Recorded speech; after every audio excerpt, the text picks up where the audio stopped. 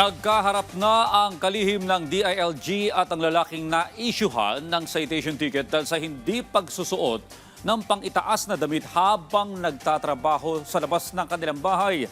Sa kanilang pag-uusap, inako ng kalihim ang pagkukulang sa malinaw na pagpapatupad ng ordinansa at nangakong aayusin ito para maiwasan ang kaparehong insidente. Yan ang ulat ni Ryan Lesiges. Nag-face-to-face na si DILG Secretary John Vic Remulla at si Norieta, ang asawa ng lalaki na inisyuhan ng citation ticket habang naghahalo ng semento sa labas ng kanilang bahay sa Barangay Addition Hills, Mandaluyong City. Sa insidenteng iyon, nang gagalaiti sa galit si Norieta, saan niya hindi makataong pagpapatupad ng batas. Nitong nakarang araw, inako ni Remulla ang pagkakamali sa pagpapatupad ng mga ordinansa. Kanina, personal ding pinuntahan ng kalihim ang mag-asawang si Johnny at Norieta para humingi ng paumanhin. Kasalanan ko kasi hindi ko na klaro sa kanila kung ano talaga ang mga patakaran. Siyempre, alam ko na maraming katrabaho dito. Kung mainit, magkatagal talaga yung t-shirt.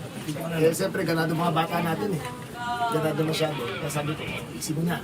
Sa nangyaring harapan kanina ni DILG Secretary John Vic Remulla at ni Norieta, kanyang nilinaw na wala naman daw siyang problema sa patakaran. Pero sana, gawin ito ng malinaw at ng may maayos na panuntunan.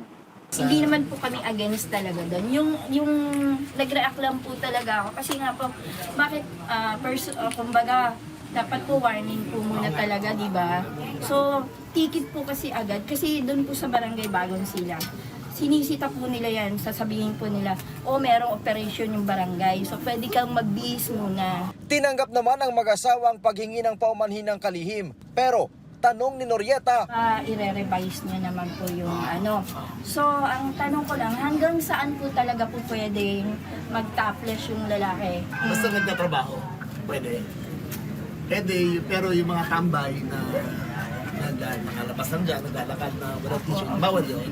binalik din ng kalihim ang 500 na ibinayad sa citation ticket. Bukod dito ay sinagot din ni Remulla ang pagpapaayos sa bahay ng mag-asawa. Sa kabila ng nangyari, nanindigan ng opisyal na tuloy ang paninita sa mga makikitang topless sa mga kalsada at pampublikong lugar. Si NCRPO Chief Police Major General Anthony Abirin nagpaalala din sa mga pulis na maging mahinahon at matutong pakinggan ang mga nasisita. Yun po yung instruction natin sa ating mga kapulisan na in the implementation of ordinances, dapat andun yung compassion at saka common sense sa pag-implement po. Sa pinakahuling datos ng PNP, nasa mahigit 72,000 na ang lumabag sa mga ordinansang nakapaloob sa Safer Cities Initiative. Ryan Lesiges para sa Pambansang TV sa Bagong Pilipinas.